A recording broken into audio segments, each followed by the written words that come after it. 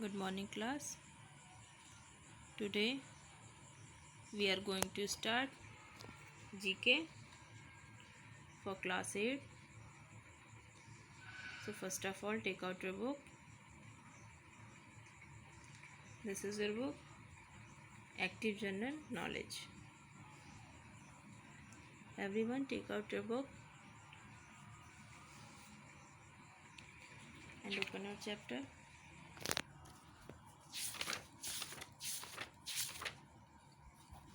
Today's your chapter number 5. Categorizing the living things. जीवित चीज़ों को वर्गीकृत करना. कैटेगरी है ना, कैटेगरी से कैटेगराइजिंग बना है. कैटेगराइजिंग दी लिविंग थिंग्स, जीवित चीज़ों को वर्गीकृत करना. Chapter number 5.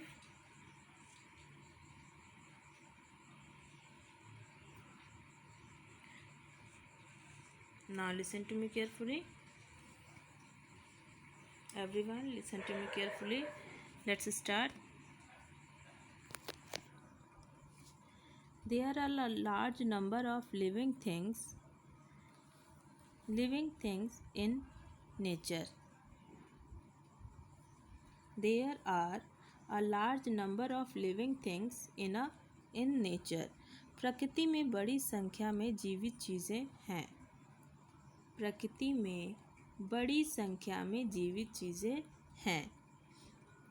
It is a very difficult to recognize them and study constantly.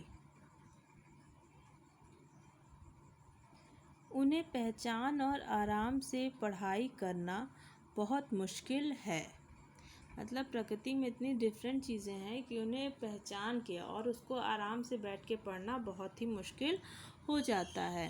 That is why they have been classified into several groups of subgroups depending upon some similar categories. That is why they have been classified into several groups and subgroups depending upon some similar categories. Read the description given below the name of groups to which these animals belong. That is why यही कारण है कि कुछ समान विशेषताओं के आधार पर उन्हें कई समूहों और उपसमूहों में वर्गित किया गया है. Read the description given below and name the group to which these animals belong. नीचे दिए गए विवरण पढ़ें और नाम दें जिसे समूह में से जानवर संबंधित है. मतलब जिस समूह से जो जानवर संबंधित हैं उनको उसमें डिस्क्रिप्शन पढ़ना है और उनको उस समूह में रखना है. तो फर्स्ट क्या है? This is a group of plants which have leaves, stem and roots but are non flowering. This is a group of plants which have leaves, stems and roots but are non flowering. यह पौधों का एक समूह है जिसमें पत्ते, तने और जड़ें होती हैं लेकिन फूल नहीं होते हैं. यह पौधों का एक समूह है जिसमें पत्ते, तने और जड़ें होती हैं लेकिन फूल नहीं होते हैं. These plants do not produce seed.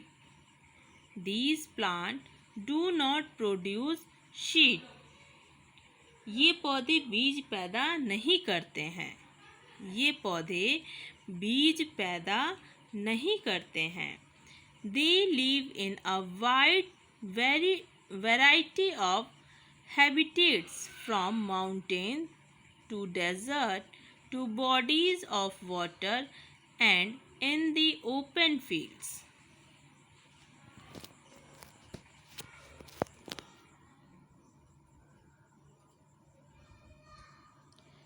They live in a wide variety of habits.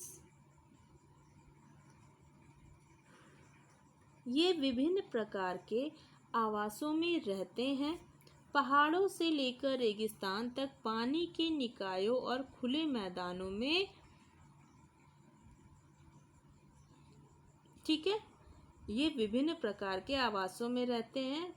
पहाड़ों से लेकर रेगिस्तान और खुले मैदानों में ये रहते हैं, ठीक है।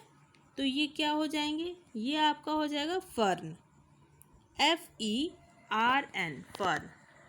फिल कर लीजिए, FERN। आप लोग सोचेंगे मैम पहले से फिल करके रखी है, नहीं, मेरी बुक पहले से फिल नहीं है। आपको लास्ट ईयर भी आप लोग इस बुक से पढ़ाया गया था, इसलिए ये बुक फिल है। जो पास आउट हो चुके हैं, लॉकडाउन में आप लोग को ऐसे ही पढ़ाई, पूरी लॉकडाउन भर आप लोग ने ऐसे ही पढ़ाई की है, इसलिए बुक फिल है। फर्न, फर्स्ट में क्या हो जाएगा, फर्न, FERN, फर्न। सेकेंड क्या है, this is a group of plants such as pines and cries.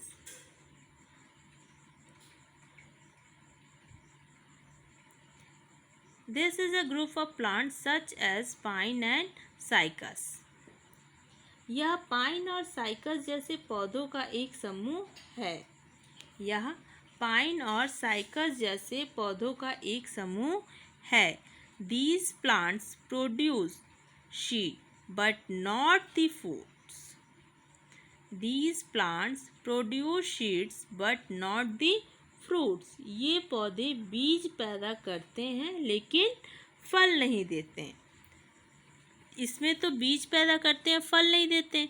लेकिन क्या था, ऊपर जो आपने फर्न वाला पढ़ा था उसमें सारी जड़, तना, पत्ती होती है लेकिन फूल नहीं होता है। इसमें बीज देते हैं। इस वाले जो इसमें स्पाइन और साइकस वाला जो पौधा होता है, ये फूल नहीं होते, ठीक है। इसमें क्या होता है, इसमें ये पौधे बीज पैदा करते हैं लेकिन फल नहीं होते हैं इसमें। They are also called necked seed. They are also called necked seeds because of the unenclosed condition of the seeds. उन्हें नग्न बीज, नग्न मतलब है नग्न, नग्न बीज भी कहा जाता है क्योंकि कैनोनियर बीजों की बंद स्थिति होती है। क्योंकि कैनोनियर बीजों की बंद स्थिति होती है, तो इसको हम लोग क्या कहते हैं। नंबर 2 में हम लोग क्या फिल करेंगे, gymnosperm, gymnosperm, GYMNOSPERM,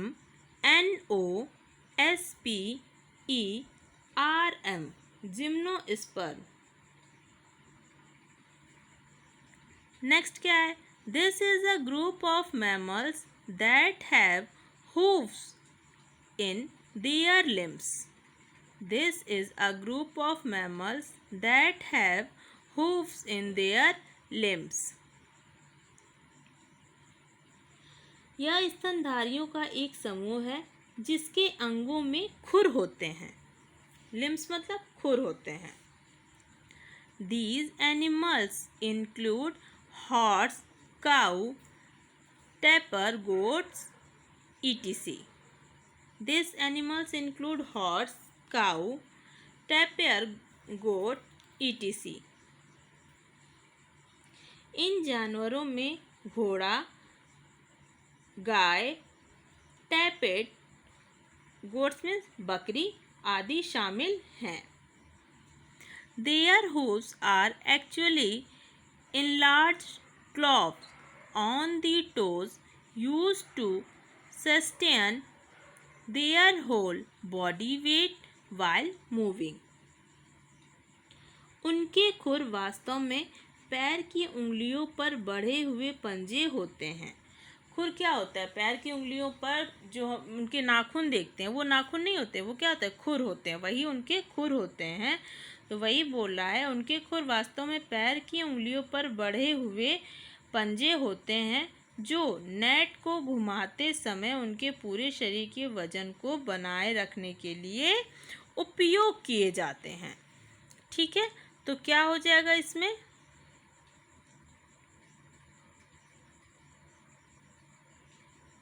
ungulate, UNGULATE,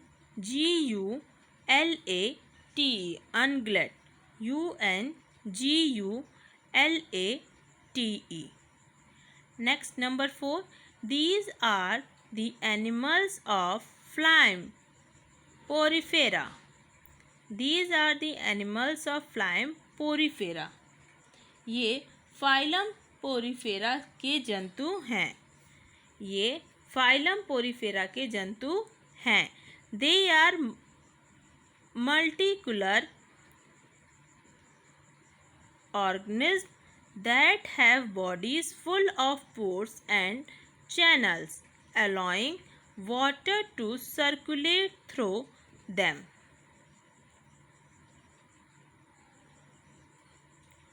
वे बहुकोशिकीय जीव हैं जिनके शरीर छिद्रों और चैनलों से भरे होते हैं जो पानी के माध्यम से प्रसारित करने की अनुमति देते हैं। They do not have nervous, digestive or circulatory system. उनके पास तंत्रिका, पाचन या संचार प्रणाली नहीं है। तो ये क्या हो जाएगा? ये हो जाएगा इसका spongy, SPONGE, spongy. Next number 5 है, the animals of this group have very soft bodies which are generally covered with hard calcareous shells. The animal of this group have very soft bodies which are generally covered with hard calcareous shells. इस समूह के जानवरों के शरीर बहुत कोमल होते हैं जो आम तौर पर होते हैं, मतलब आम तौर पर कठोर कैल्केरियस शेल से ढके होते हैं। पीला belongs to the group of these animals. पीला इस जानवरों के समूह से संबंधित है। तो ये क्या हो जाएगा? मोलिक्सस, MOLLUSCS, MOLLUSCS. नेक्स्ट क्या है? This is a group of plants that includes all the flowering plant that produce seeds inside the fruits. This is a group of plants that include all flowering plants that produce seeds inside the fruit.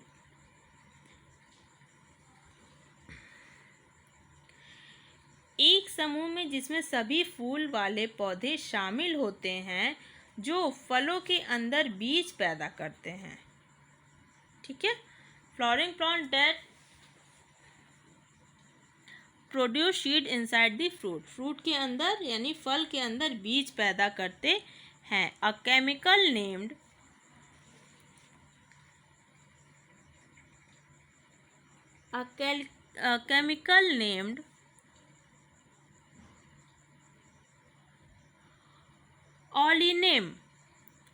oleaginine is used by this plant to defend their flowers.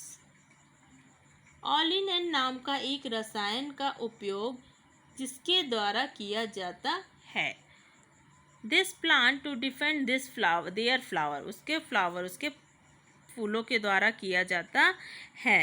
तो ये क्या हो जाएगा? Angiosperms. क्या हो जाएगा? Angiosperm,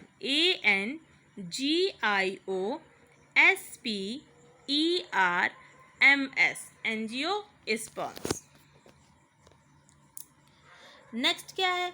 this is the largest class of phylum arthropoda. This is the largest class of phylum arthropoda. यह phylum arthropoda का सबसे बड़ा वर्ग है।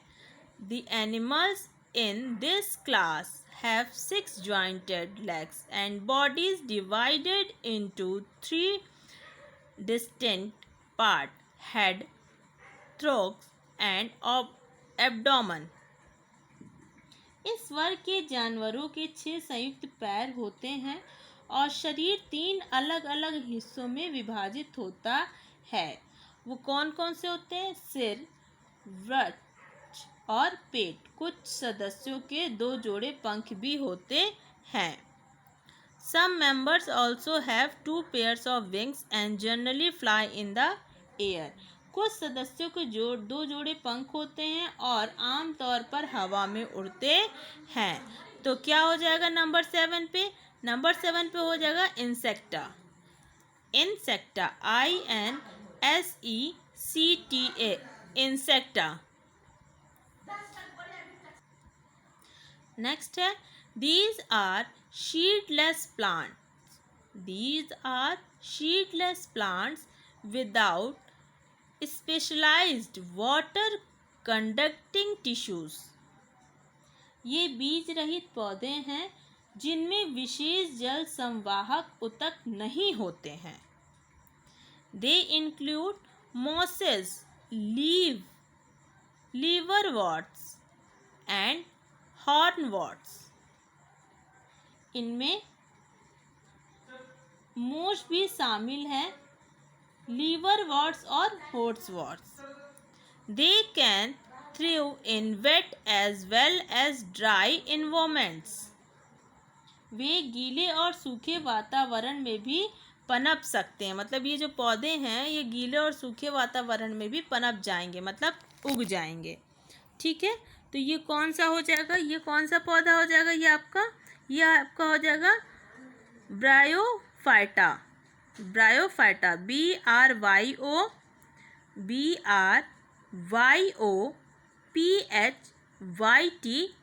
ब्रायोफाइटा।